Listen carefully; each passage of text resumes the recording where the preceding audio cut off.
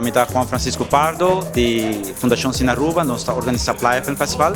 À tarde, nós temos Filmmakers Panel, nós temos grupo de filmmakers, nós vai conversar com eles sobre o tema de como fazer película do Caribe e do Reino. And or with sponsorships from the private sector. So that's how we have been doing it for the last couple of decades. And now that we have the opportunity to get funds from the Netherlands, we are making good use of it as much as possible. Aruba é importante, dorco, nós estamos com o Reino na película, mas também no Caribe, que nós estamos com a película com a se é possível na Corsol e com a nossa se é possível na Aruba, então já nós vai sim, nós vai aportar durante a conversação, nós vai dar tips de outros filmmakers que nós mesmos adaptar na nossa mesma produção. How do you come to the finance to make your film possible? I think this is a big question for everyone, of course, especially Caribbean islands. And I think depending on what type of Caribbean islands, like French or English, or you have different type of funds that you can have access to.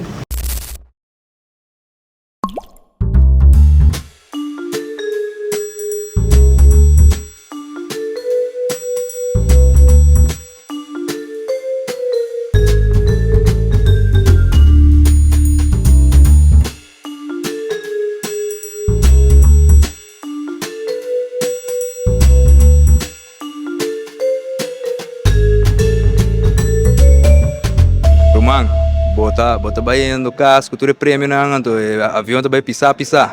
Misa subtil lugar é valente. Jury Award Best Cinematography goes to Eva Bom for Sunny.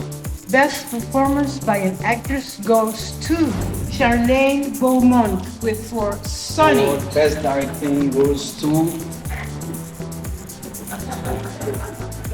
Herman Gruber Jr. Sunny. Best short film goes to Sonny. Producer Herman Gruber Jr., Edward Bong, Jeroen Becker, and Sabine Benendal. Oh, die hebben, vai. Estava um teamwork op hebben.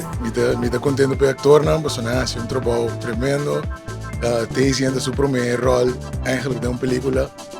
Dus bij cameraman, toerende, we kunnen een team dat we op hebben. Dus in feite, we gaan in diferentes categorieën. We hebben een reconocimiento para nuestro trabajo también.